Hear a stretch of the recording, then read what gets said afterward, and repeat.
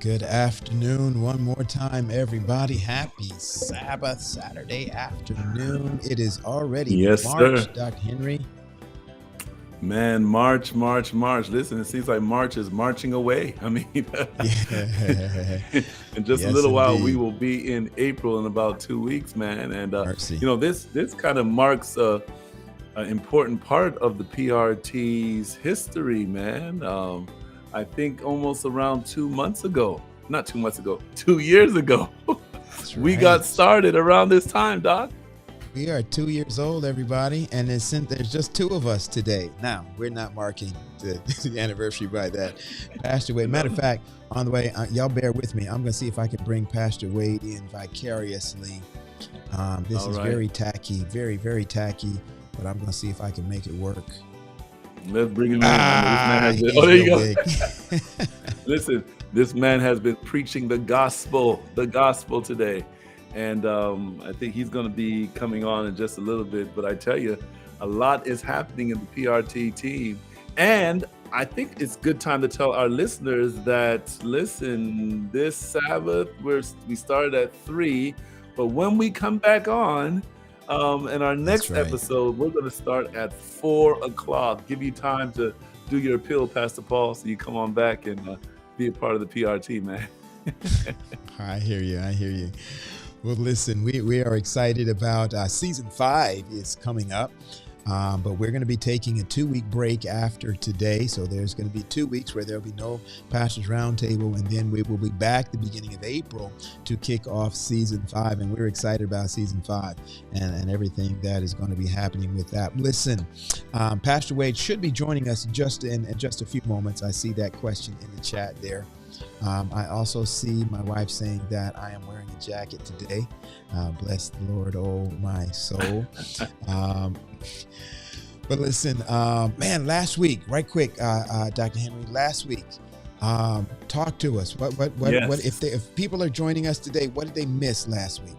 Listen, they miss Stormin' Norman, man. They're my man. Oh, the evangelist. Let me tell you something. We had a good time with Pastor, Elder, Dr. Stephen Norman. Look, he was telling us, man, on as a church, man, how do things work? What's this system in our church, and how does things work in the inside, man? And so we appreciate Norman, how to handle these crises. You know, when the crisis comes, what do we do with it? How do we handle it?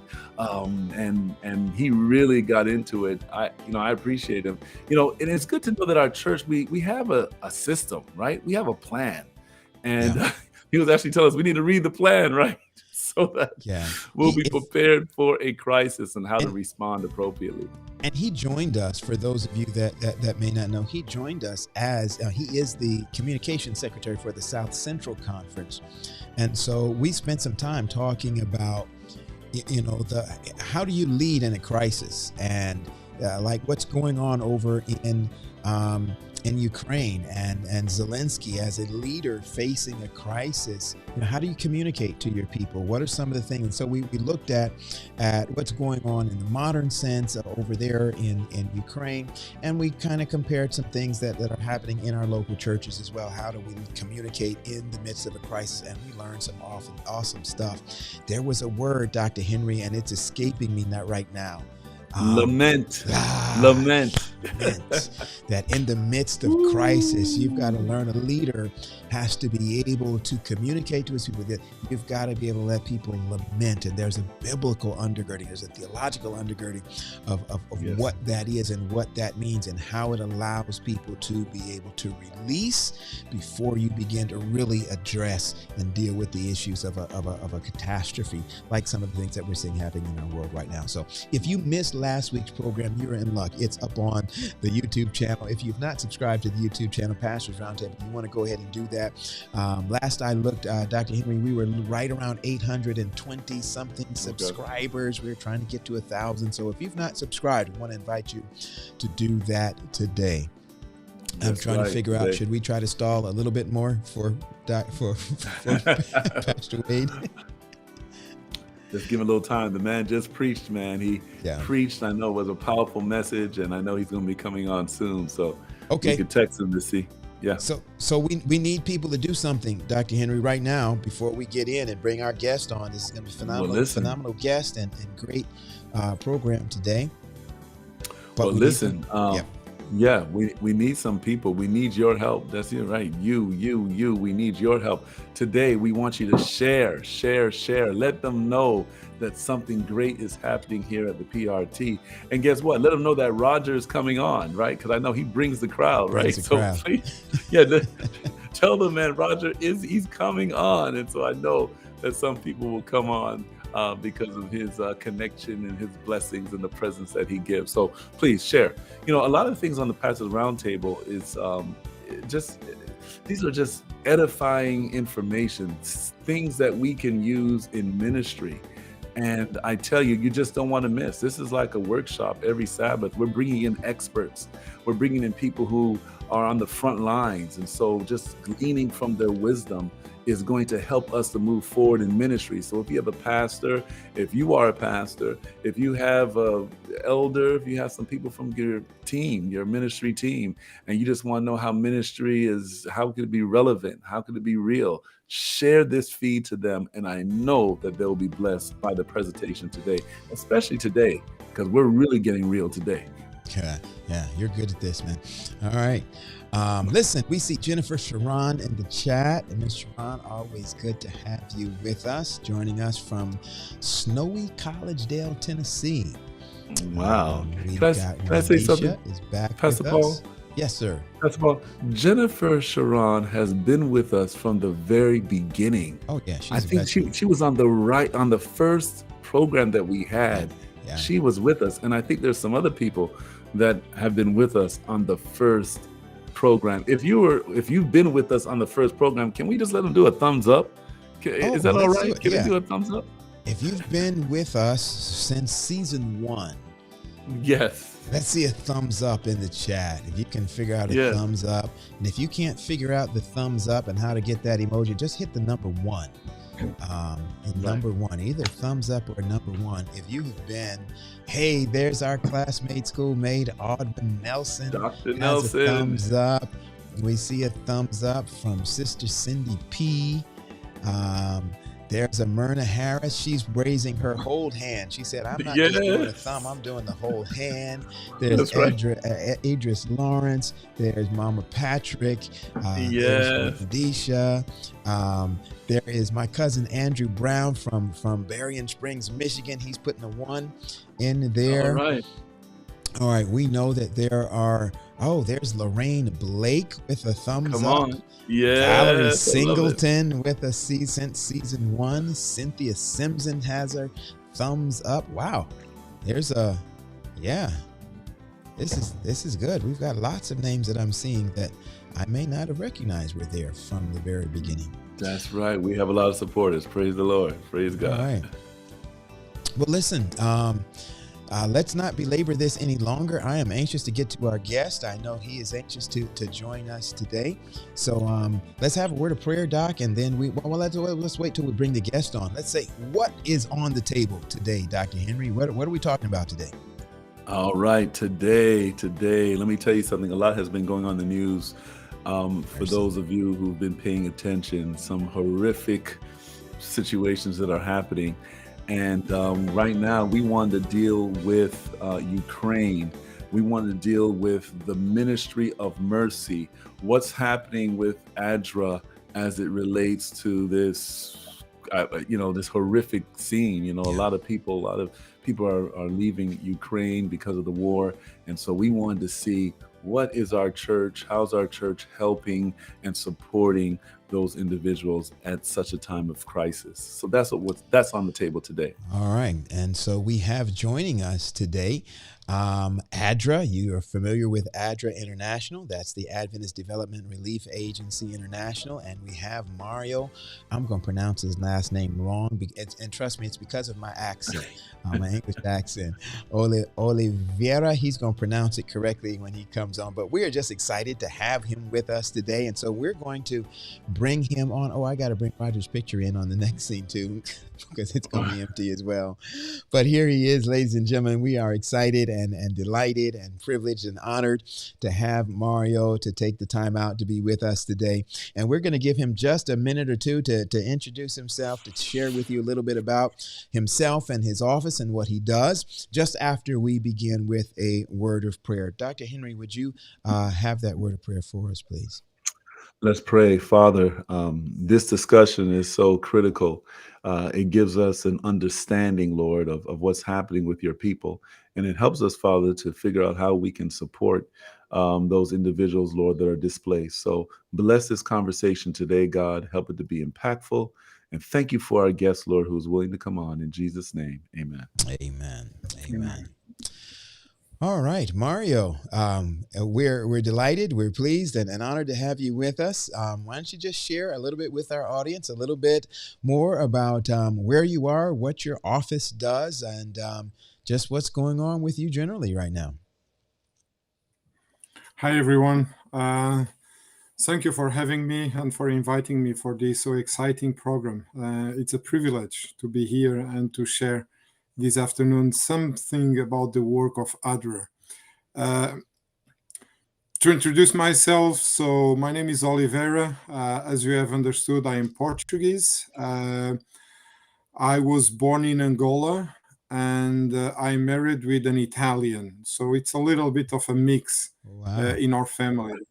We have 3 children and each one was born in a different country. This is because we have been serving ADRA for over 22 years. Before coming here to ADRA International, 4 years ago, I was the country director of ADRA France in Paris. Before that, I was a couple of years in Spain, in Madrid with ADRA Spain. And before that, I was in Brussels for our regional office for Europe, the liaison office at that moment. And I started ADRA in 1998 in Angola. And during 4 years, I was in a difficult context that it was a civil war between the government and rebels. So yes, this is in a nutshell what is my past and my work with ADRA in these last years. My background is sociology. I'm not a pastor. I'm a son of a pastor. And interestingly, I say I never felt the call to be a pastor. I was far away to imagine that I will be working in the GC one day in ADRA. So God has amazing plans for us that we cannot imagine. And if we work with Him. Our unit in ADRA here in ADRA International, I have a master in humanitarian action, and that's why I'm leading a dream team, which is the EMU, Emergency Management Unit, which we are the first responders when there is an emergency, when there is a disaster, and it can be war, refugees, can be flooding, can be earthquake, hurricanes. We are the first one before the institutional donors are able to start releasing funds for ADRA. We are already ready to go in the first hours and to start responding. So this is in a nutshell what we do here at ADRA International. Wow, that's fascinating. Both your wealth of experience and where you've been, where you've had the privilege of serving, and we just want to say right out the back, man, thank you so much for your service and for what you have done and are doing, putting hands and feet on the gospel. We in the pulpit, we get to every week preach about it. But it's exciting to know that there are people in so many different parts of the world that are making it even more pragmatic and more practical by being the hands and feet of Jesus in the world around us. So thank you again so much for your work and what you've done. Right. And thank you so much for coming. To at this time, especially of what's happening, and I know ADRA is busy doing a lot of great work.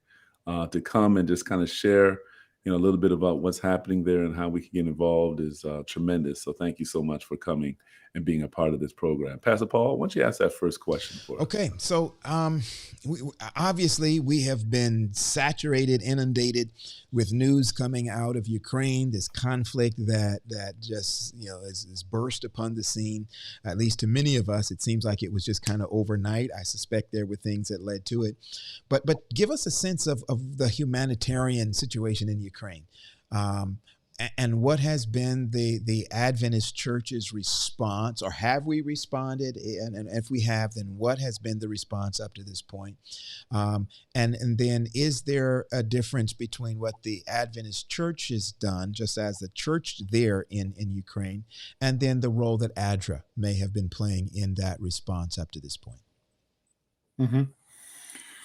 So since day one, ADRA was responding. We have a strong office of ADRA Ukraine.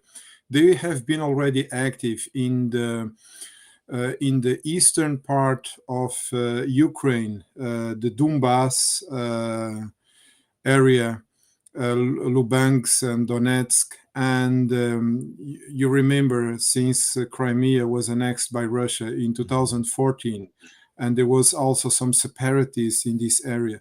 So ADRA has been very active, and we have a strong presence in the area.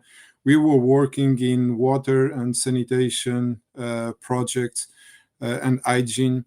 We were working in food security, food distribution, and protection. We were working with the funds from the European Union, from the American government, from UNICEF, from United Nations. So we had a strong team able to respond for this emergency. And the first days, so it started in the 24th of February. It was a Thursday.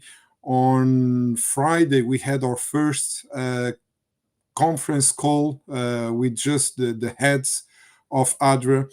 And we were all surprised what's going on. We none of us expected, and ADRA started responding according with the needs, but very fast. ADRA had to suspend activities in the eastern part because these were one of the hotspots of this war. So we had the office in Kiev, and we started planning how could we reinforce the capacity of ADRA Ukraine. And on Sunday, we had a decision to send one person from ADRA International, Alex Balint, and he flew the same day on Sunday, 27th, to Romania, to North Romania, to support the office and to start putting a team we call a ERT, Emergency Response Team, in place to increase the capacity. And he flew on this Monday, and at the same time there was someone from Hope Channel here at the GC that was also flying to the same place, Vyacheslav, who is Ukrainian. Oh, wow. And they both met together at the airport. They knew that they were going. And together during this flight to Europe and to Romania, they put together a plan how Hope Channel and ADRA could work together. And when they arrived there, we had already made plans to fund a project with the church through Hope Channel, and we call this project Hope for Ukraine. We immediately released $200,000 for this initial project, and the idea was to using the structures of the churches. How could we provide help in Ukraine? So since day one, ADRA Ukraine and the church, we were working together hand on hand, and we were using the structure of Hope Channel to provide this help. The situation has been deteriorating. ADRA Ukraine had to stop all the operations for security reasons, but through the churches we keep supporting. And at the time being, okay, in the eastern part today is no security. Kiev is no longer safe, so all our staff that were in the headquarters in Kiev, they have been evacuated. Some of they are mainly in the western part of Ukraine, Mukachevo, Lviv, and the third one I will tell you in a moment. And ADRA, I'm quite proud to say that ADRA Ukraine never stopped in Chernayut. ADRA Ukraine never stopped working. Even if the people were deployed and we were supporting church members, non-church members, Ukrainian, and we were doing this effort to help people to move on.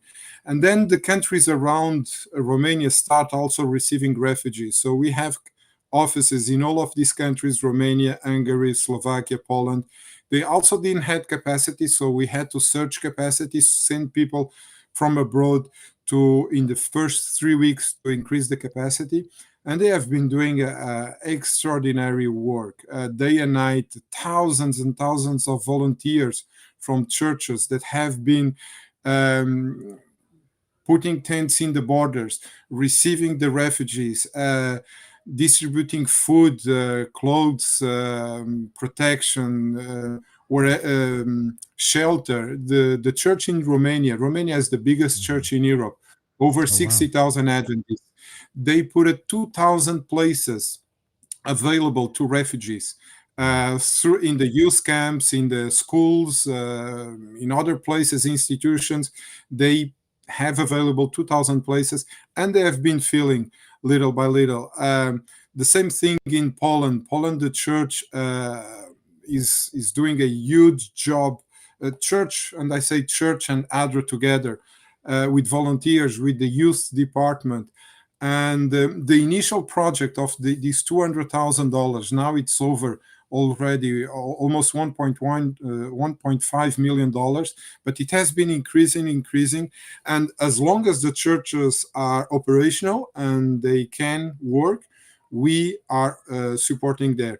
It's a little bit complicated how we can make the money reach the churches, because they already use all the money that they had. We promised that we will pay and we will reimburse all the costs that these churches were working, assisting the refugees. This was the initial $200,000, but this has been used, and we are continuing and keep supporting the projects and the work that these churches are doing. And it's amazing. We give them autonomy to decide by themselves what is the needs, because in one church can be food, in another can be shelter, another can be transportation to evacuate, another can be mattresses. We give them autonomy to decide and to implement the project themselves. Oh wow, that's fascinating. And that's huge. Yeah. I was going to say, Pastor Paul, so it sounds like there is this direct communication, hands-on, knowing exactly what is needed, and getting those supplies and resources quickly. Yeah. And I think you said that it's filling up quickly as well. So I guess, are they making more spaces and things available for more of the Ukrainians? Are you speaking in Ukraine or in the neighboring countries? In the neighboring countries. Yes, we are scaling up the response also in the neighboring countries. The most part of the refugees from Ukraine, they will not stay in the neighboring countries. They will pass, just because they have families in other countries. So those who have families, relatives, people they know, these countries, they are not staying. Some of them are staying, of course. There's a great community of Ukrainians in Poland, for instance, in Hungary also, and some of them, but others are also going to Austria, Italy, France, as far away as Portugal and Spain. So what we are doing is mobilizing the entire network in Europe to receive these refugees, and how we can protect them since the border until the destination. And once arrived to the destination, how can we help to integrate them? Because this is a long-term crisis. Yeah. This is not going to finish in a week or a month or even a year. The European Union is giving already 3 years residency to these Ukrainian. This is because it's a long term. So we are preparing, and we are having twice a week. The first time we started, it was on the 28th of February, on the Monday. We start twice a week network calls. So where we coordinate the aid, what are the needs, where are the capacity, where are the staff, the resources, and how we can coordinate this. So our role as ADRA International, it's not so much to be the ones doing, but being the ones coordinating and letting others doing by themselves. So how can we increase the capacity in the country?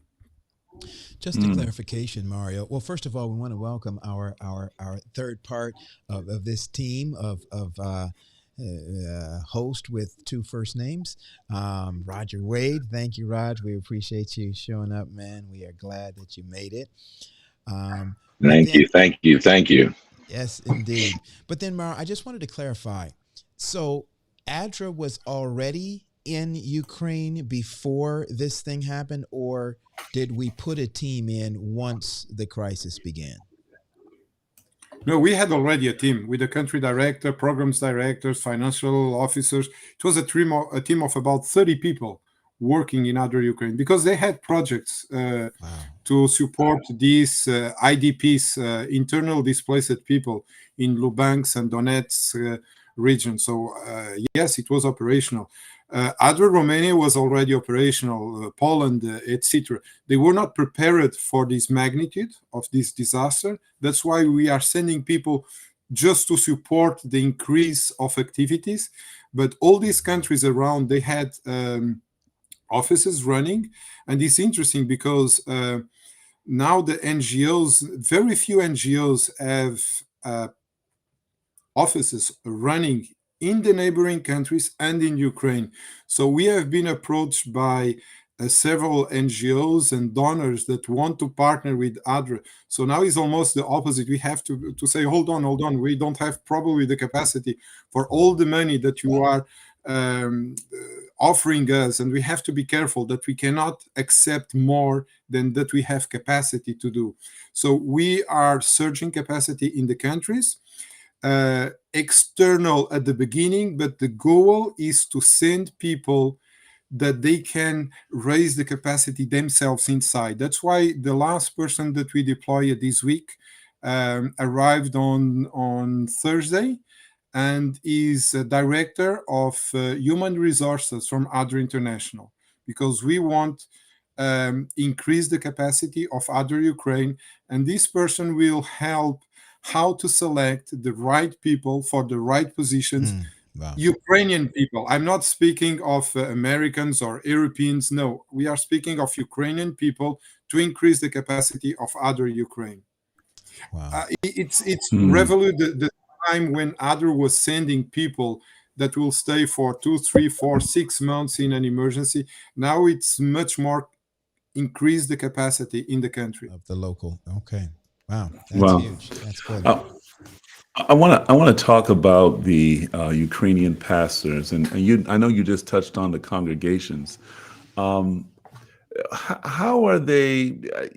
Again, we can only imagine the amount of stress, displacement. I mean, just watching the news and listening to some of the stories of what has taken place and how families are just separated. I mean, the men are staying back to fight, and it's just just horrific to watch.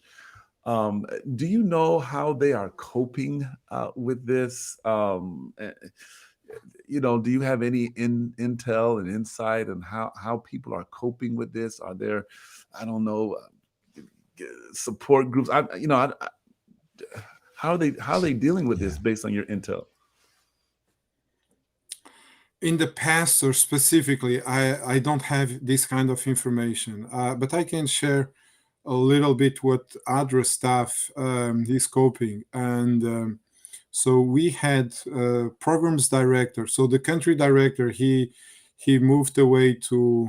May I share eventually with you Sure. Yes. a map? I think it's easier if we understand through the map what these places. And wait a second, probably here. I'm trying. Yes, here it is. So I'm sharing with you now. If I find you, yes, here we go. The window. Comes. Okay, can you see? Yes. Okay. There we go. Okay, here is a map of Ukraine.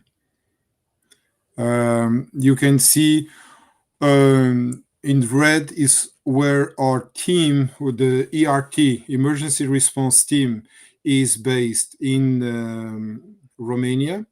So we have ERC, the Emergency Response Coordinator. We is Alex from ADRA International. We have Eric from South America, from Brazil, that went there. We have Walter, that came also from ADRA International, from our team. We have CC Cruz, the HR specialist, and we have someone who is remotely deployed from Argentina. So he's working on this team, Elian Giaccherini, even if he's in Argentina, but it's only working for this team. So here are the current projects that we are working with the church in Ukraine. And let me move a little bit here. So we move the activities mainly for the western region of Ukraine. We have, wait, yes, now here it is. So Kiev is here. Here is where we have a huge warehouse. We have facilities, is in Mukachevo, and where we had the country director.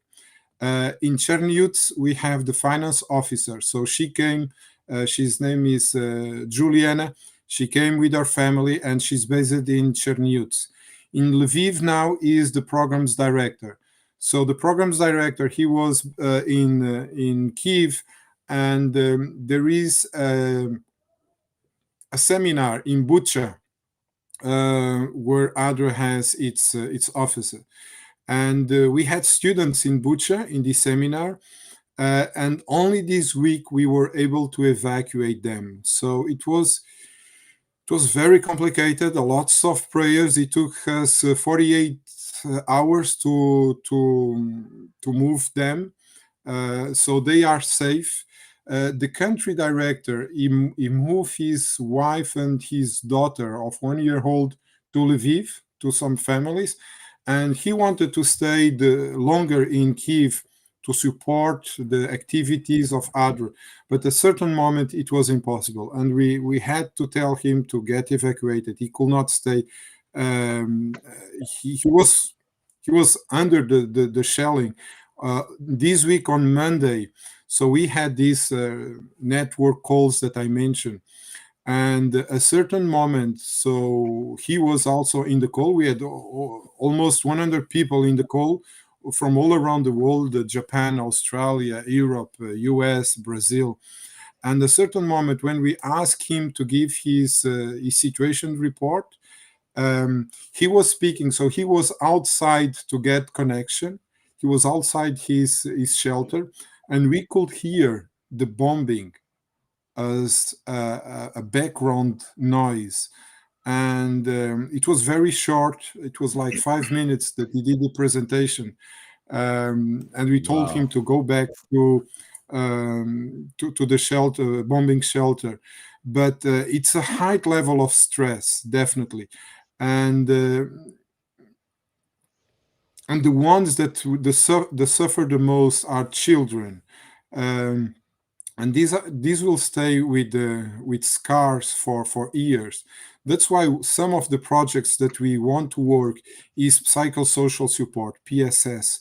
It's not only giving the food. Sometimes we think ADRA is giving the food, but sometimes there are other needs that are much more deeper, much more important. And psychosocial support is definitely a strong component of our projects that we are doing, not only here inside Ukraine, but also outside with refugees. Mental health, it's very important. And it's important not only the mental health of the refugees, but also the mental health of the humanitarian workers. And we use an image that when you are in a plane and there is a problem with the pressure, so you have first to put your oxygen mask before putting in the others, in your children, because you have to be in good health before being able to assist the others. So this is also an important aspect that we as ADRA we pay attention, is the mental health of the humanitarian workers that we deploy and that are in the field. Wow. I'm listening to you talk, and I'm imagining that some of us and some of our audience is probably thinking, like, man, we need ADRA in our local churches here where we are.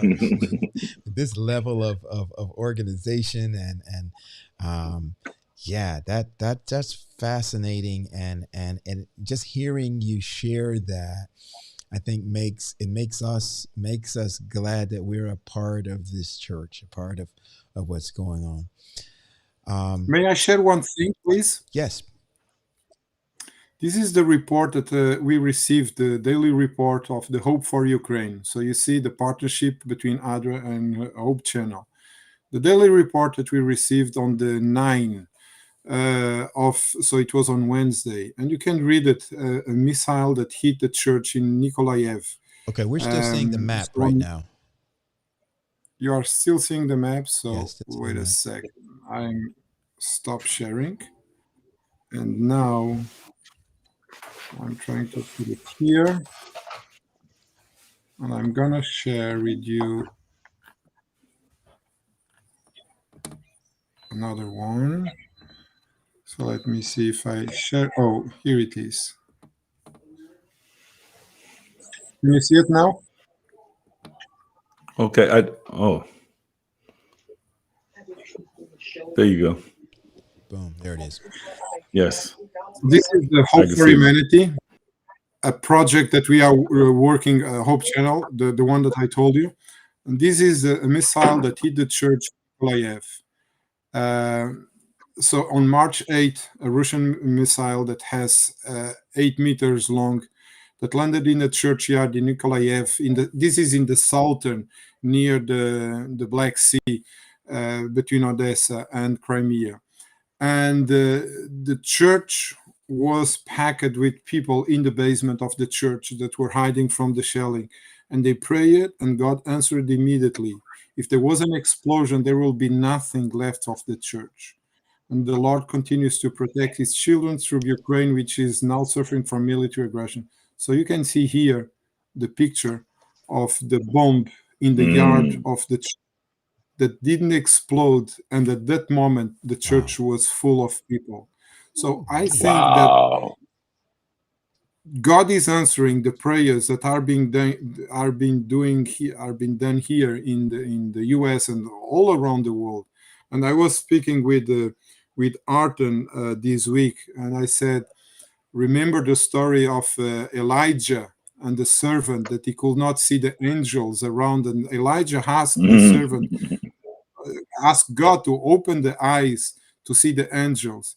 And I told him, listen, we cannot see, but if our eyes could be open, we will see that at that moment, probably Ukraine is one of the brightest places in the world with so many angels there.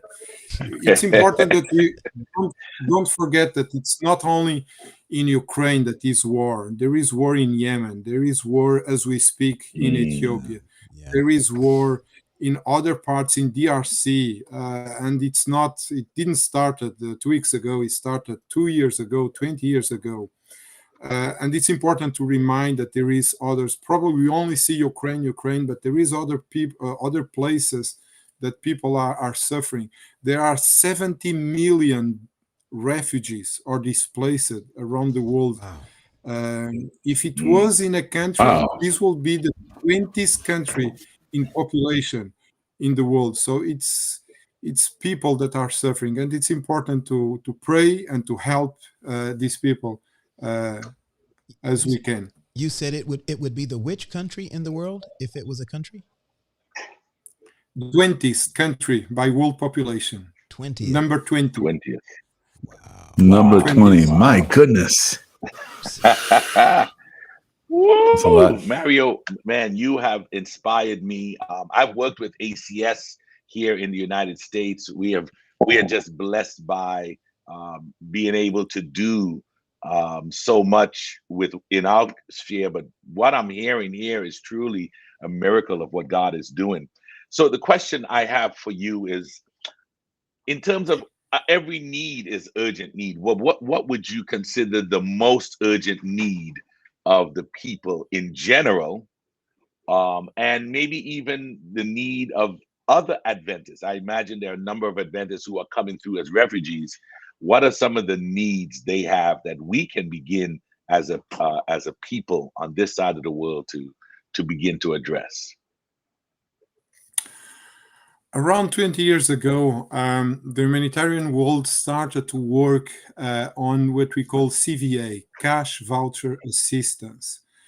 And it's not only ADRA, it's I will say, the large majority of professional NGOs that we work each day or more and more on CVA. CVA is basically, instead of giving food, of giving medicines or giving health, if the market is still functioning, if there is still structure, we give them money.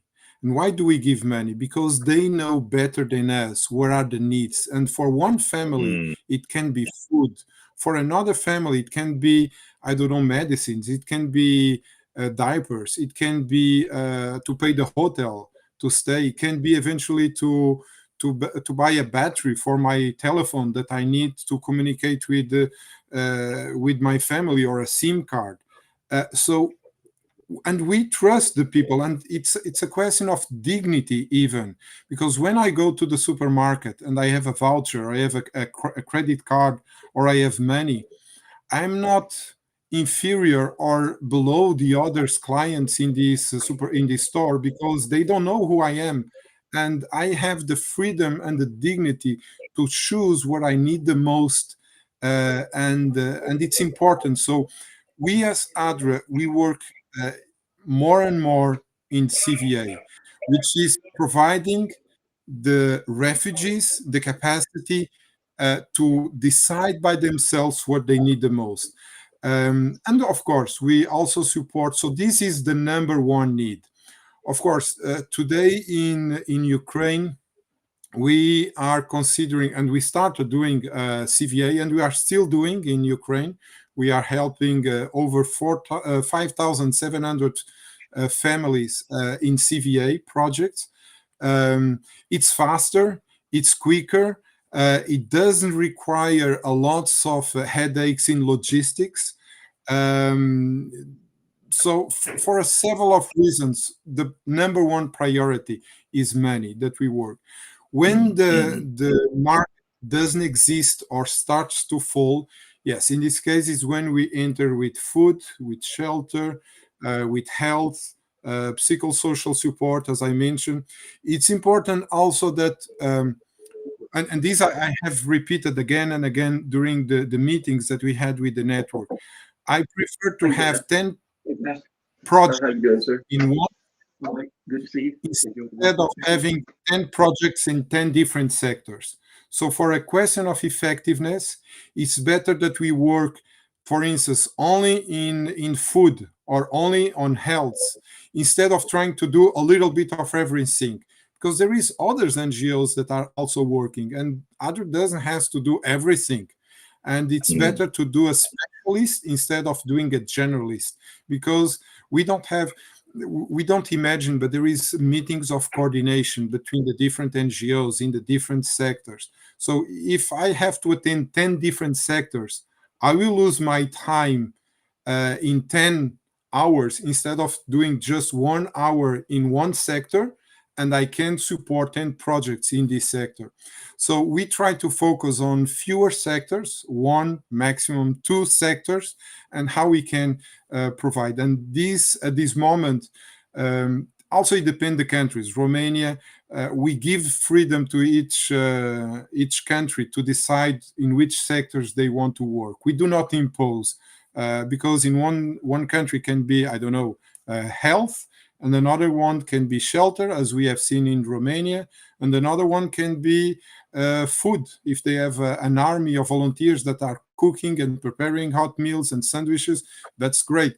Let's keep at each one the sectors that they choose, but let's try to coordinate and see how we can be the most effective. And this is a little bit how our role in ADRA International, how we can coordinate and how we can be an effective humanitarian agency that works with others also, and help the most effectively way. Nice, nice. Wow. Yeah. And that's fascinating.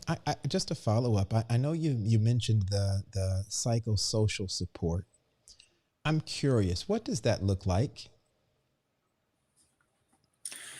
It's basically there is different levels of psychosocial support. People as people who pass through these stressful situations, they need to get out and to speak what it is inside. And we, of course, we need to train people to. It's not everyone who can be trained on this. And I know that ADRA here, not ADRA, ACS in the United States, they have done a lots of work with pastors, training pastors to give mental health support to victims of disasters, and basically is that. And it's not everyone who is qualified. It has to pass through the training. What are the questions that we have to ask? How we can give time? How we can direct the questions? And how the people can express and share and cry also, because it's a way to cope with the magnitude of the suffering that there is inside. And eventually pray. Why not pray? It's interesting that we have to offer, but not to impose.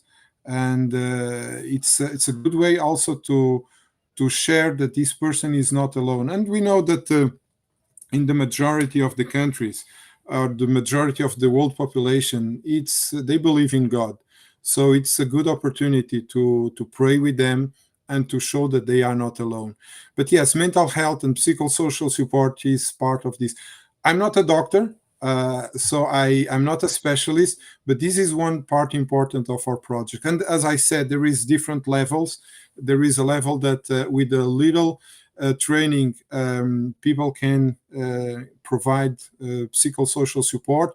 There are some cases where it's needed really specialists and psychologists and psychiatrists on this. But this is already another level more advanced on support on mental health.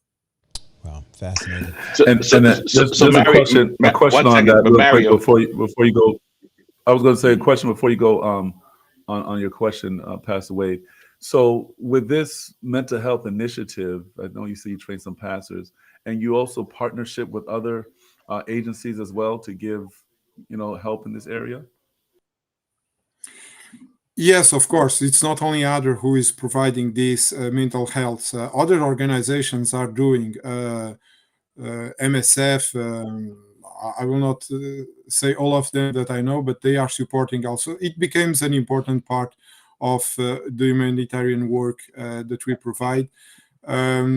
It's another one is protection, how we can make safe, especially children and women. These are the main ones leaving Ukraine. So how we can keep a safe environment, even within our churches.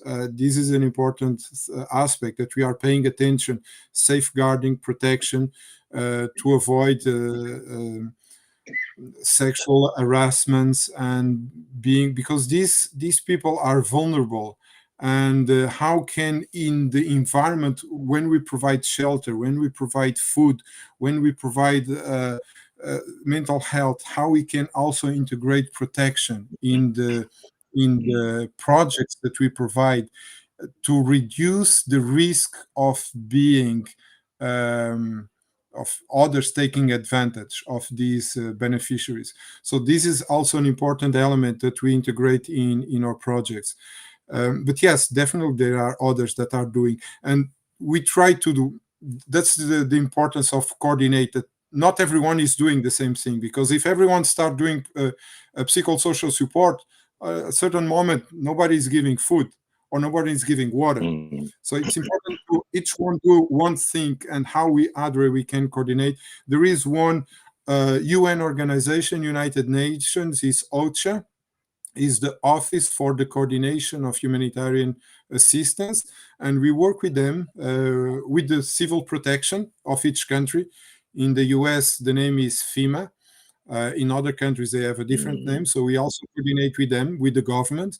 We coordinate with United Nations, and we coordinate with Red Cross, and of course the governments and the donors. So ADRA is not the only one. We are a part of a puzzle, a piece of a puzzle in all these response that we have.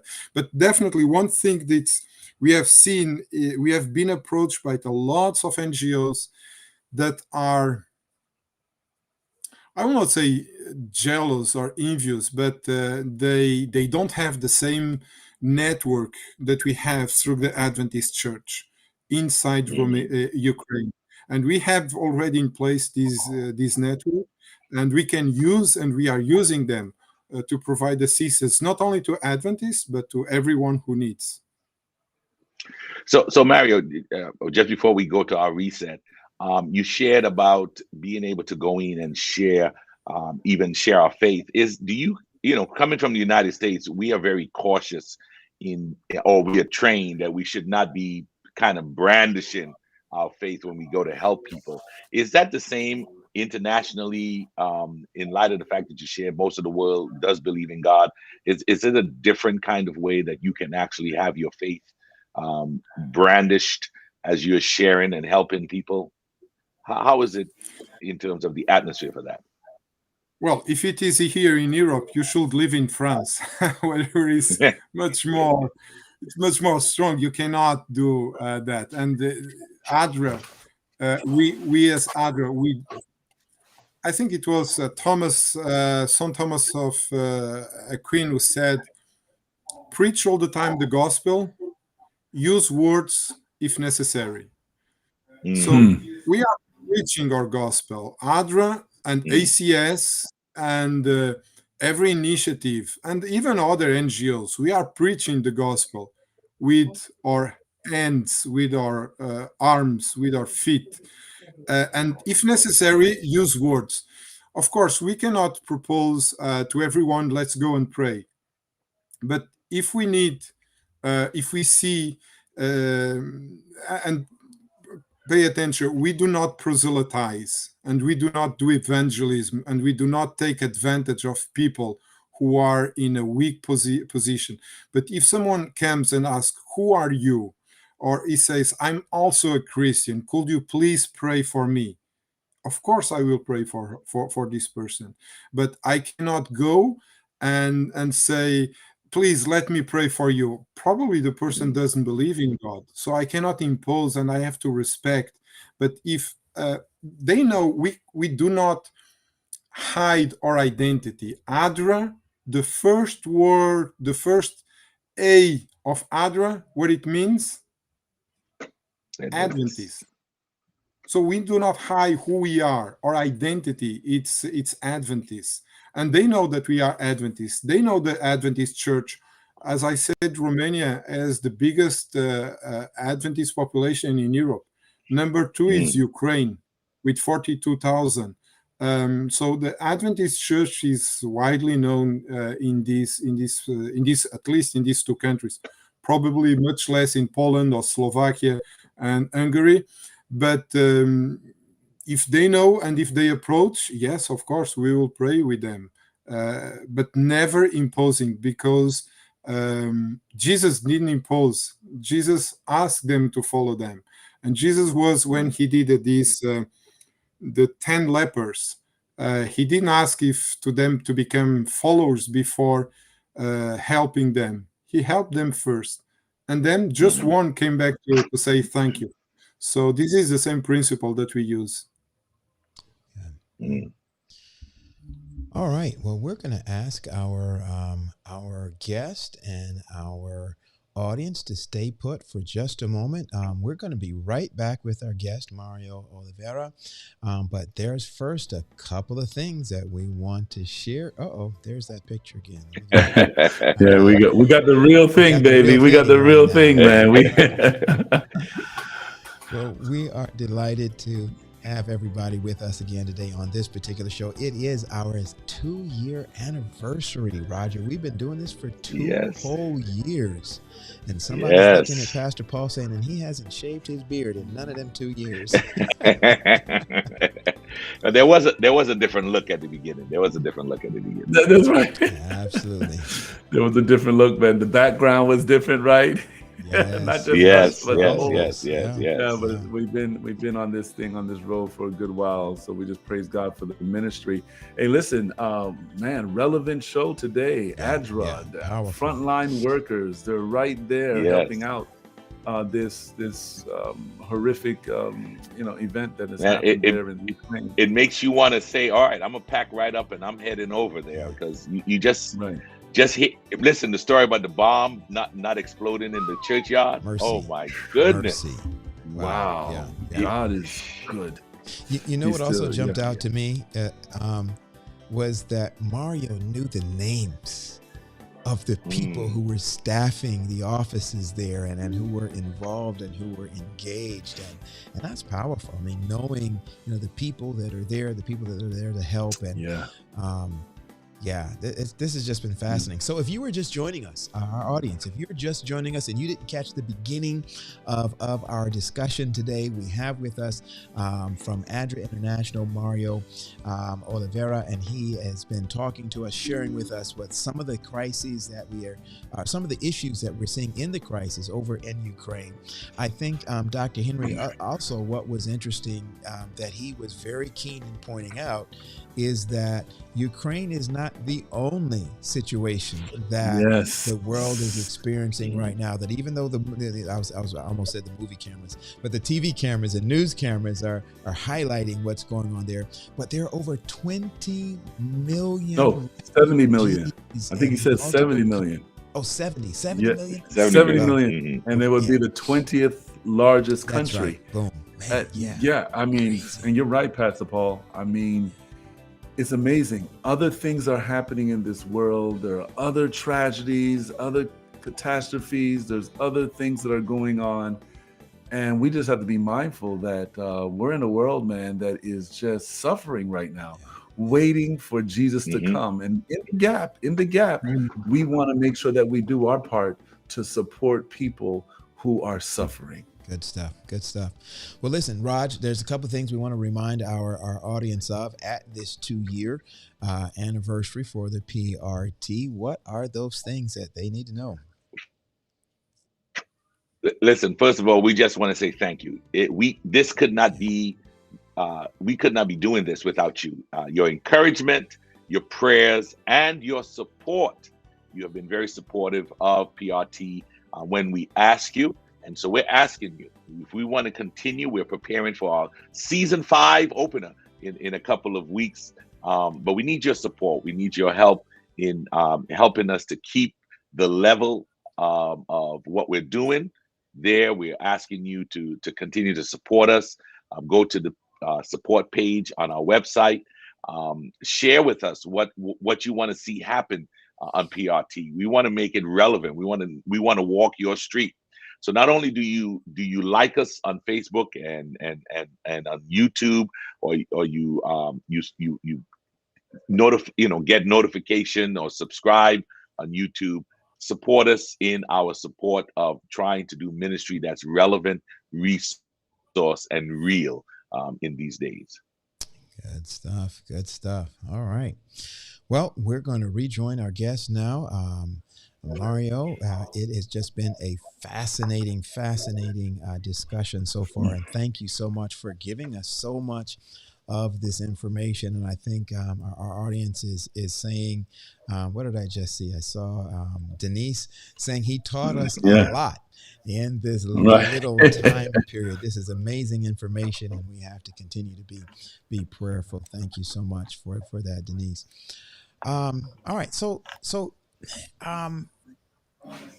Mario, do you know of like any specific stories from our team that you've heard about any particular? I know you shared with us the thing with the church, and that was just huge. Are there any any other individual stories that come to mind that involve some of our work, whether it is directly in Ukraine, whether it is in the neighboring countries, Romania, Hungary, etc., or even some of those other places that where ADRA is working right now that may be of interest to our audience to just get a handle and see the kind of work that ADRA is doing and the challenges that they face?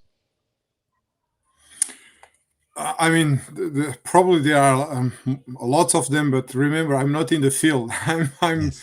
5,000 miles from the field, and our role is more on coordination. But there is one story definitely that it catch my attention, my eye. We deployed, so it was on the 2nd of March. Michael Pitch, he's our disaster preparedness specialist in ADRA International. He's based in Australia, and we moved him from Brisbane, where he lives, to Poland to support the border. And he arrived in Poland. I think it was on a Wednesday. Yes, so on the 2nd of March. And the day after, he went to the border. And when he was in the border, so he had a vest with the ADRA logo, like I have here, and all the ADRA volunteers, church volunteers, they are identified with the vests green with the ADRA logo. And in one of the tents, so there was a friend of him that they met like 20 years ago. I think it was from Serbia, that he had been a refugee when there was this conflict in Yugoslavia, and he received help from ADRA. And now again he was living, because he was living in Ukraine, and again he saw ADRA. So 20 years ago he saw ADRA, and who will meet? He will meet Michael Pitch, who is there.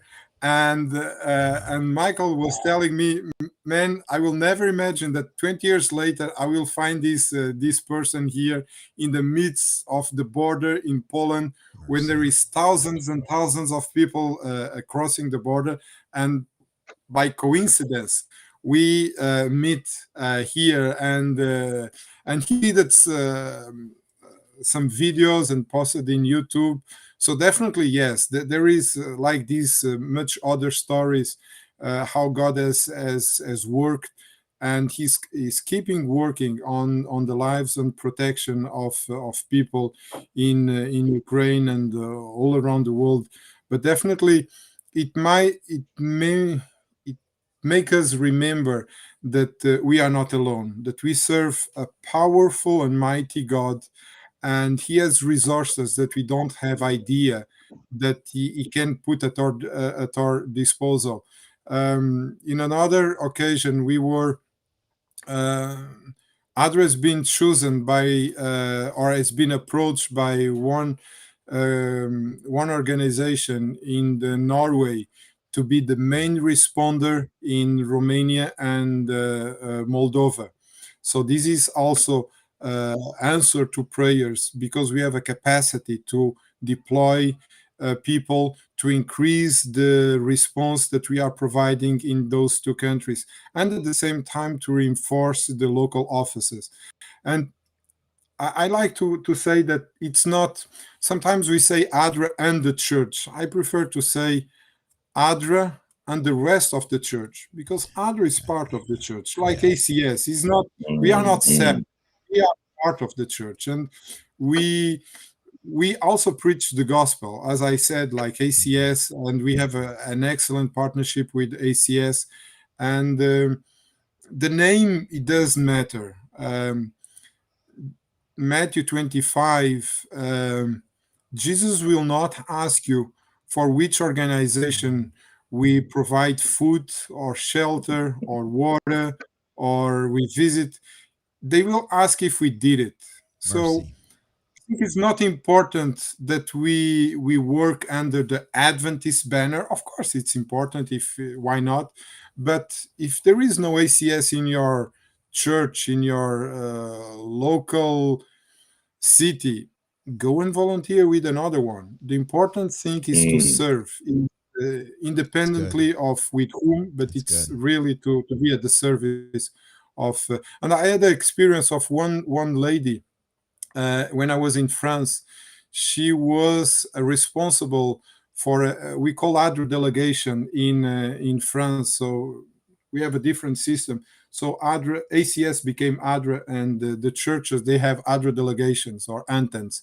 And she wanted to open an antenna of ADRA, and she opened the antenna, but she didn't know how to do work. So she went and she volunteered with the Catholics, with Caritas. So, and volunteering with them, she learned how to do it. And today it's one of the most successful ADRA antennas that we have in France is Dunkirk, because Dunkirk is in the north of France, near the border for the channel for the UK. And there is a refugee camp there, and she was providing help. And the interesting part was that from the volunteers of ADRA, more than half were non-Adventists, Oh, were wow. Mm. atheists, were Muslims, were from Catholics, from other religions, but they were taking the vest of ADRA every Sunday and going to refugee camp and providing assistance to those in need. So I think that the closer we are to the field and to those in need, the least we see divisions on religions or on beliefs. Um, we we are closer when we are helping those who need the most. Wow. Good And So, that's stuff. so, so, powerful. so Mario. But 1 second. So, Mario, there was a question in the chat about how does someone become a worker at for ADRA International? Is it something where you staff these offices, or is it based on volunteerism as it is here in the United States? So we work with volunteers, but here at the level of the global level of ADRA International, we work with professionals. Even the people that we send for these regions, we have been. Sorry, just the battery is going down. I have to put the juice. We have been receiving hundreds, thousands of requests of people saying, I want to go, please, what should I do to go for ADRA? Or I want to volunteer. We cannot send, I'm so sorry, and thank you for these people who want to go, but we cannot send people without preparation. We have an Mm. extensive process that we train about 50, 60 people every year all around the world, because our main goal is to build capacity in the regions or in the countries. We don't want to deploy. We only deploy in as a last resource. So we build capacity in the country that they are able to respond when there is a disaster. If the disaster is bigger than the capacity, in this case, we look for capacity around the country, in the region. So if there is a problem in Tonga or in Fiji, we will search capacity in New Zealand or Australia or Papua New Guinea. And if there is no capacity in the region, this is the third level. In this case, yes, we will send capacity from the network. But at the same time, we will work closely with the local office to build capacity that in 3 weeks, 3 months, we can pull out and they are able to walk by themselves. And these are people that we have to train, we have to teach them, and they have to be able to deal with stress, with these conditions, Mm. and be able to respond in an effective way. So it's impossible to train one person in 3 hours or 3 days and send it for this. Mm. It's impossible. We have a roster of about 300 people trained and ready to go if necessary. And one can be in finance, one other can be in security, another can be programs manager. We can be also in writing proposals and coordinating the help. So yes, depending the needs that we have, we send the people for it. I have a question here. So you talk about capacity. How do you arrive at that number or that level and say, well, we reached capacity here? Can you explain a little bit about that? So the capacity is to see how much money we have available for a project, and if we have human resources in the local office to do properly the project. For instance, do they have systems in place, financial systems? Do they have um, human resources? How it is done, all the financial in the office? Where are the systems that they put in place in human resources, in finance, in protection, in project management, in communication, in I mentioned in sexual harassment, protection and sexual harassment. Do they have a code of conduct? Do they ask the volunteers or the staff to sign this code of conduct? So all of this is part of the capacity, and we assess and we say this office has experience dealing, let's say, with 100,000 project. They can go to up to $400,000 projects, but they cannot Mm. manage a $4 million project. It Mhm. it will be too much for them. So we will help them. And if they have a project of $4 million project, in this case, we have to bring people from outside and to help them to manage this project. Because the last thing that we want is to receive money from donors. And I'm speaking even private donors, the one that we are fundraising actually, and then don't be able to deliver, to promise one thing Mm. that we don't have the capacity. So that's why we say we have to put eventually a financial director, we have to put a programs manager, a coordinator, and in this case we will put top manager positions. We will not put an accounting. Eventually this can be hired locally, but a chief finance officer, Mhm. yes, Yeah. it's needed, and we put it. All right, I Mhm. got one more question. You've used this term several times, and it's just conjured up in my mind. I watched a lot of movies when I was a kid, James Bond, etc. You said protection, like we're providing protection. Is there an Adventist commando force? Is there a strike force? Is there a bodyguard or Adventist walking around strapped protecting people in these situations? What do you mean when you use the term protection? Protection is what I said, that the beneficiary feels safe. So it's Mm. already the do no harm. So the aid that we are providing, it's adequate and it is in accordance with the needs. And then Mm. it's what I mentioned. Provide that when I'm dealing with children, that I will never leave an adult alone with the children. I will not put a children in a position where she can be abused, or a woman alone with a male. I will try to have eventually female doctors to deal with refugees, if in the majority are women. So protection is, it's not army, it's not at all, it's exactly the opposite. Is to how can I make a safe environment where they don't feel threatened. And I have to say, all of the four of us are men. We don't understand what it is to be a woman. sorry to say, but it is the reality. We don't understand the threats that it is to be a woman, and this is why it is important that we don't things that we don't imagine that it is a problem can be a problem for them. So we have to design all the project that, and we have to put in place mechanisms that the beneficiaries can complain if they see an injustice, if they see something that is wrong, that probably I am not seeing. I'm so much busy Yeah.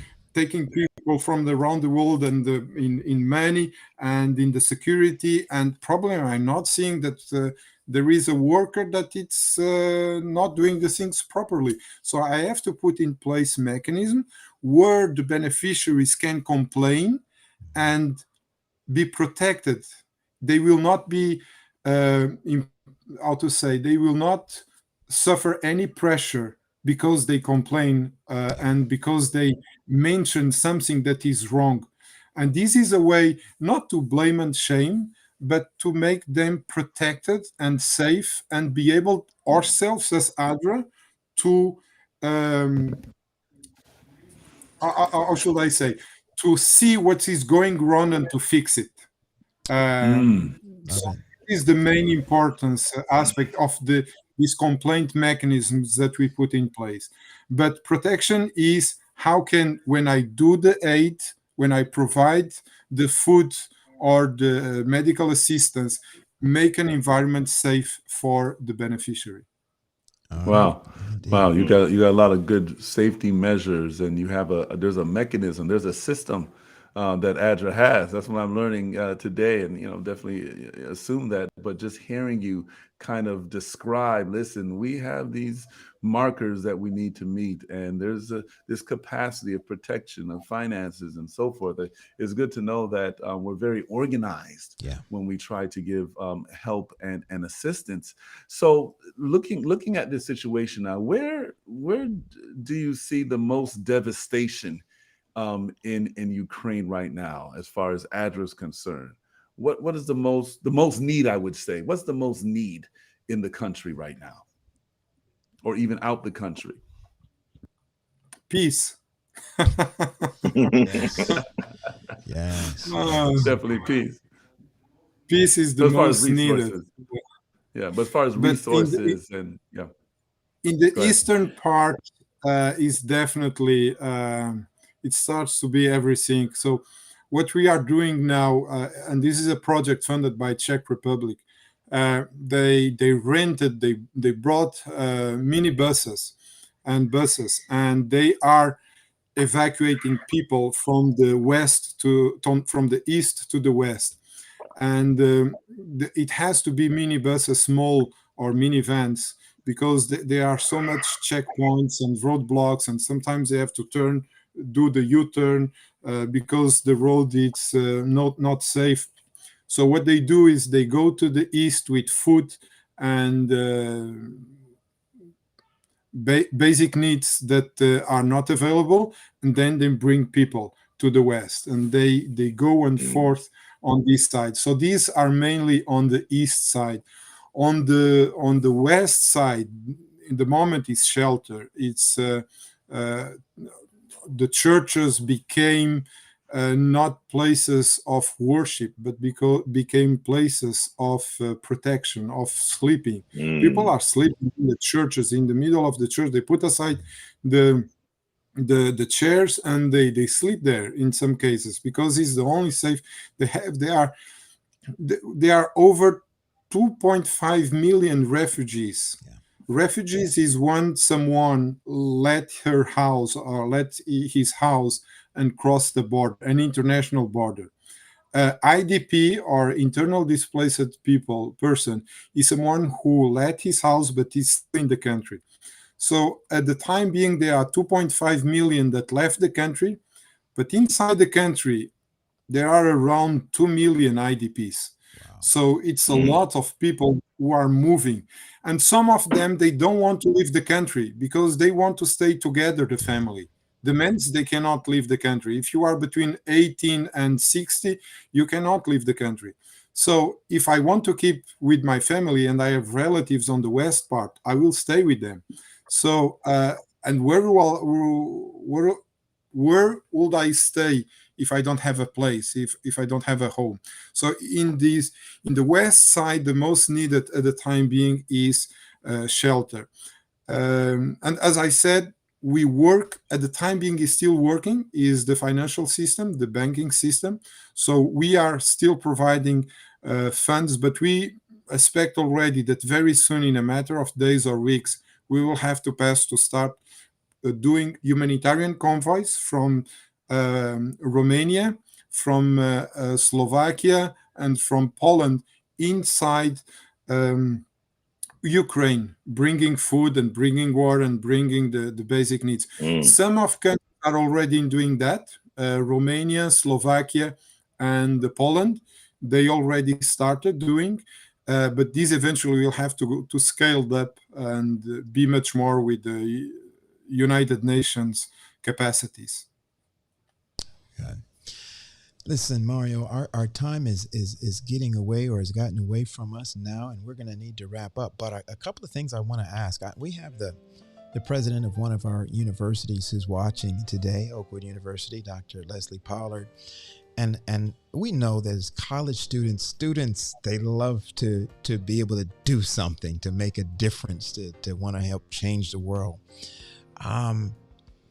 If Dr. Pollard is leaving here and he's talking to students at the university, and he's sharing with them some of what he's heard today, what would you have him want to share with those students? What would be something? And we've probably got lots of teachers here that are also have classrooms full of kids. What is a message that you would like to share with our university students, with our students of young people? How can they help? How can they be involved? How can they make a difference? What would you share with them? This Thursday, 2 days ago, I gave a lecture in La Sierra University to one class, and about the humanitarian aid in Ukraine. What is the ADRA work in Ukraine? And then the teacher asked me at the end, what could they do, the students of this class, to show support to other Ukraine? And they did an interesting thing. They took a postal card and they wrote a message for other Ukraine support. And I took a picture of, they sent me the picture and I sent it to other Ukraine. Wow. And you cannot imagine how other Ukraine staff were happy to see that people in Los Angeles, in Riverside, were praying for them. And not only praying, but they saw that these messages. The same thing, we have been praying for the people who have been deployed in my Sabbath class. And they wrote this small message, and I took a picture and I sent it. This is one way. Another way that we can do is to share what ADRA is doing, and this is a good way, as you are doing. And of course, through money, donations. Go to adra.org/help now, and you can contribute. And last but not least, the prayers. Prayers is power, and we can definitely pray for peace, for ADRA, for Adventists, non-Adventists, and you can fundraise, you can help, but the sky is the limit. How much is your imagination? Go and do it, but do it something. Don't just plan, but do it. God will bless you. Yes. Delma Mundy says, great insight on what ADRA is doing. I donated today to ADRA as I returned my tithe and offering. It was a new slot on the envelope, and I am glad I trusted it and sent it. Well, we'll contribute again. Wow.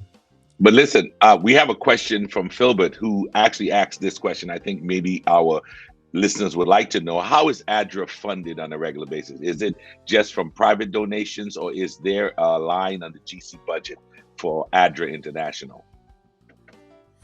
It's mainly through private donations and government contributions, also funding grants. But we have to understand one thing: because we pay our taxes. So one part of the taxes that we pay go for humanitarian aid. that goes from government to government. This is all over the country. It's not only in the US. And one part of this money goes very small. I don't think it's a big part, but it's a very little part goes to humanitarian aid and development. And the government of a country will support an NGO who has a large supporting basis. So the more funding we have from private donations, the more the governments, the UN, the European Commission, UK, Australia, the more they will support ADRA. So you see, it's a multiplication effort. Through my contributions that I'm doing to ADRA, I am allowing and showing that ADRA has a large support membership. And we are trust. We represent the civil society. And in this case, we are a trusted organization, and the government will fund us. So basically, even if it might be not our main source of funding, but the private donation is very important because it shows the public support for our organization. Nice.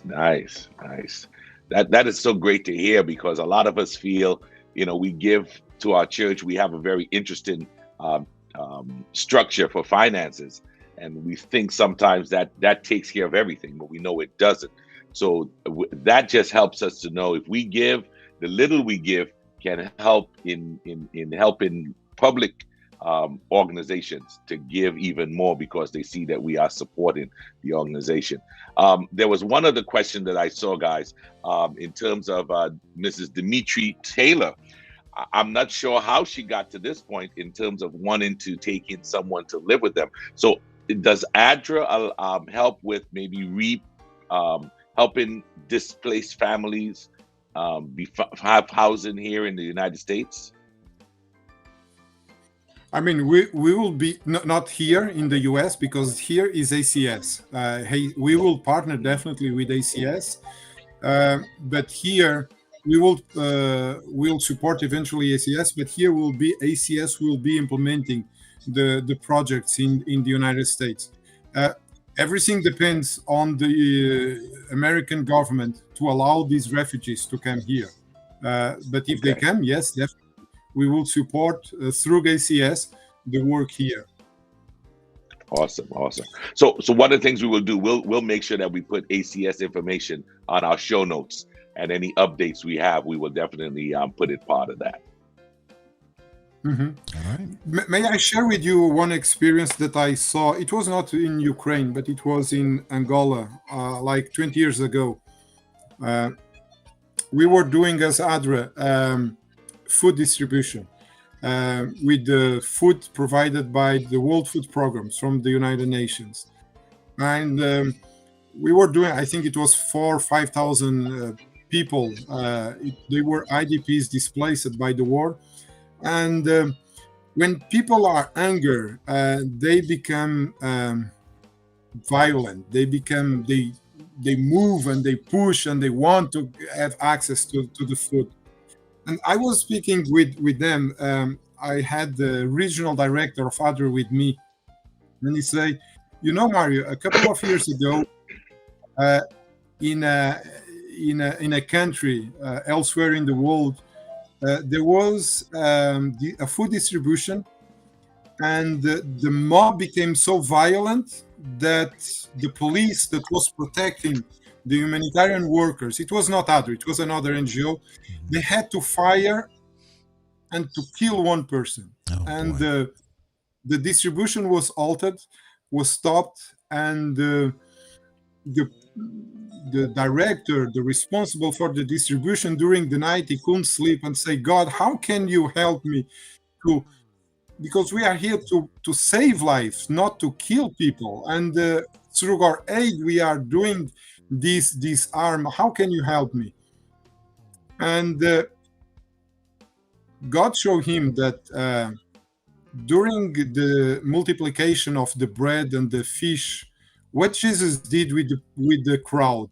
Do you remember? He had them sit down. He had them organized. Sit down. Nah. They Yeah. divided into groups, and Jesus ordered to sit Ah. down. So the day after, he went to the food distribution, and how he started again, he asked everyone to sit down. And Come on. there was no violence, no more pushing, no more. And when he told me that he was a great leader, this Peter Kunze was his name, because he was never telling me what I should do, but he will tell me a story that was done in another country and let me myself take my conclusion. A great leader. And I say, I think it's a good idea. Let's sit all these people. And we seated all these 4,000 people that were, and all of a sudden, there was no more pushing. They were yelling, of course, because someone else passed in front of them, or someone was receiving food that it was not fair and so on. But they were no longer a threat. They were only sitting up to receive food and to leave, but otherwise settle. So we can see how a 2,000 years principle is still valid here Oh, wow. in food Wow. distribution here in Africa. That's good stuff. Come on. Come on. All right, Wow. we want to field Listen, one more this has been question from a great show. Yeah. I was going to say, Hold- Pastor hold on, Paul, Elder. a great show, great information. Yes, go ahead, Pastor Paul. I Yeah, know you but- you have something interesting to say. Go ahead, sir. Well, just Go want to field one more question from our audience. All right. Dimitri was she's asking about adopting. I want to make sure I'm reading it right. Where is it?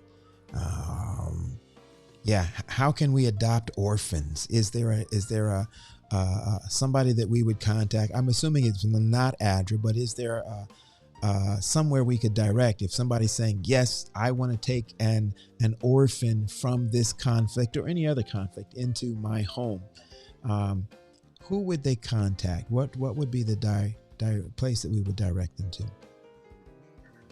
ADRA, we don't do that adoptions because so I don't know to whom to direct. Let's say that and I explain why we don't do adoption. There is one principle that is adoptions at distance or adoption abroad, where the child is in the family and it's adopted at distance. Let's say that it's a complete new domain, but we prefer that the entire community moves one step further instead of one person to move 100 steps further. So we believe very much on the concept of the community and how we can increase the capacities of all the community and not only from one individual. So that's why we do not practice. I'm not accusing, be aware, I'm not accusing the organizations that do that. And if they do, my mother-in-law, she used it to adopt in DRC in Africa, and she did a terrific job. But it's a different perspective. It's a different philosophy that we respect, but it's one that ADRA, we work more in community projects instead of individual projects. Let's put it like that. And I think we need to, and I think we need to be fair based on what I know of ACS. Mario, you hit it on the head. Because of the laws here in the United States, there are some things in terms of how things would transfer over individuals, and so we may need to follow through with asking ACS to ask that question, Ms. Dimitri. So that is something I will follow through on. I'll talk to our ACS leader here and share that there was some interest, and maybe he might be able to shed some light, and we'll put that information on the website for you on that. So I do get what you're saying there, Mario, when it comes to the country. United States may have some rules and regulations that we just may not know about, but may come through other organizations. I was this morning in the church, and it was being shared that a refugee requested in one of those countries. I don't remember which country it was, but it was an Adventist a teacher, and he was from Ukraine. He fled through Russia, and he requested an interview in the American embassy, and they gave him an appointment, January 2023. Wow. So wow. It's not, we cannot expect that we will have refugees coming from Ukraine. I don't know. It might be if the American government changed the rules, but I think that it's not going to happen tomorrow. It might take some time. So that's why we are focusing our help or support around the countries that around Ukraine to support the refugees there. Okay. Listen, I promise this is the last question for me because I know we gotta go. But my wife put it in the chat and then she texted me, so I gotta ask. Oh, okay. Listen. You better ask that question, then, brother. Go ahead, man. And it's a good question. It's a very good question, and she's asking, when we donate through some other platforms, whether it's through our local church or some of those, is it better to give directly to ADRA? Or because will ADRA get 100% of what we donate through Adventist Giving or some of those other platforms? So what's the best way to get as much of the donation directly to ADRA as possible? Listen, here in the US, I'm new and I don't know, and I don't work in finance. So I will not say how it works, how much it goes, how much it doesn't go. What I say that if it goes through the church and if it goes through ADRA, the 100% will arrive in ADRA. It will take longer because from the church it has to go to the conference, from the conference to the union, the division, and the division to the GC. It will take some time, but it will arrive here 100%. But if we want to do it quicker and to get immediately, of course, it's adra.org/help now is the fastest way. But in one way or the other, the money will arrive here. Then, of course, there is percentage that goes to the bank, to the credit card. It's normal. Even when I pay something, 1% goes to this part. I know that through checks, if it still works, the checks, yes, 100% of the money in a check goes to ADRA. It takes a little bit more time, but yes, in this case, the cost might be lower. But as I said, I'm not a specialist in finance. I just say my past experience in other countries, how it works. Yes. All right. Well, and I will say this, because when I worked as the ACS director, I did know that there was a agreement that what was given to ADRA through ACS here in the United States, what would get to ADRA. So I do know the ACS will get the 100% of the funds that come through go to ADRA, especially if it's earmarked for ADRA. So you are safe in putting that through ACS or through your local church or whatever, and it will get to ADRA.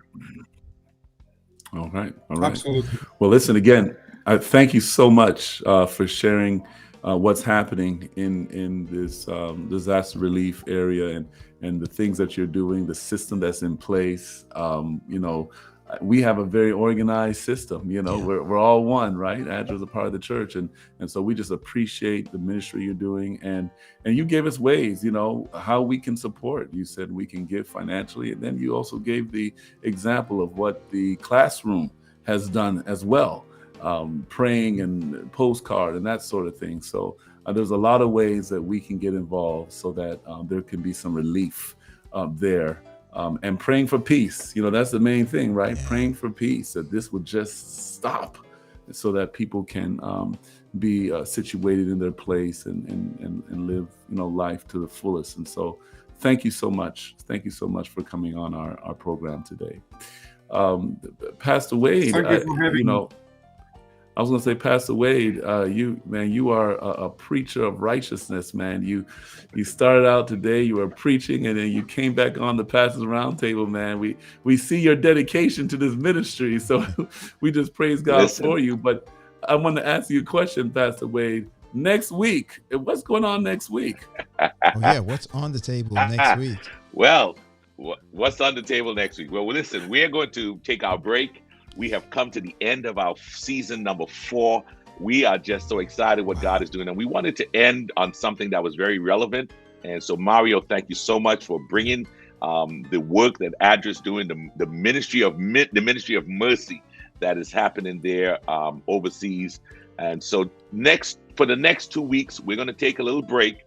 But in April, we will begin with season number 5 of the Pastors Roundtable. Just look for more information on our social media feeds and our website as we share, as we zone in on the exact date that we'll begin. But we thank you, those are viewers, for being a part of making the success of Pastors Roundtable season 4. And we look forward to what God is going to do in season number 5. Again, thank you, Mario. Thank you, viewers, for joining us in partnering in helping to make ministry relevant, resourced, and real. God bless. Take care, everybody. Goodbye.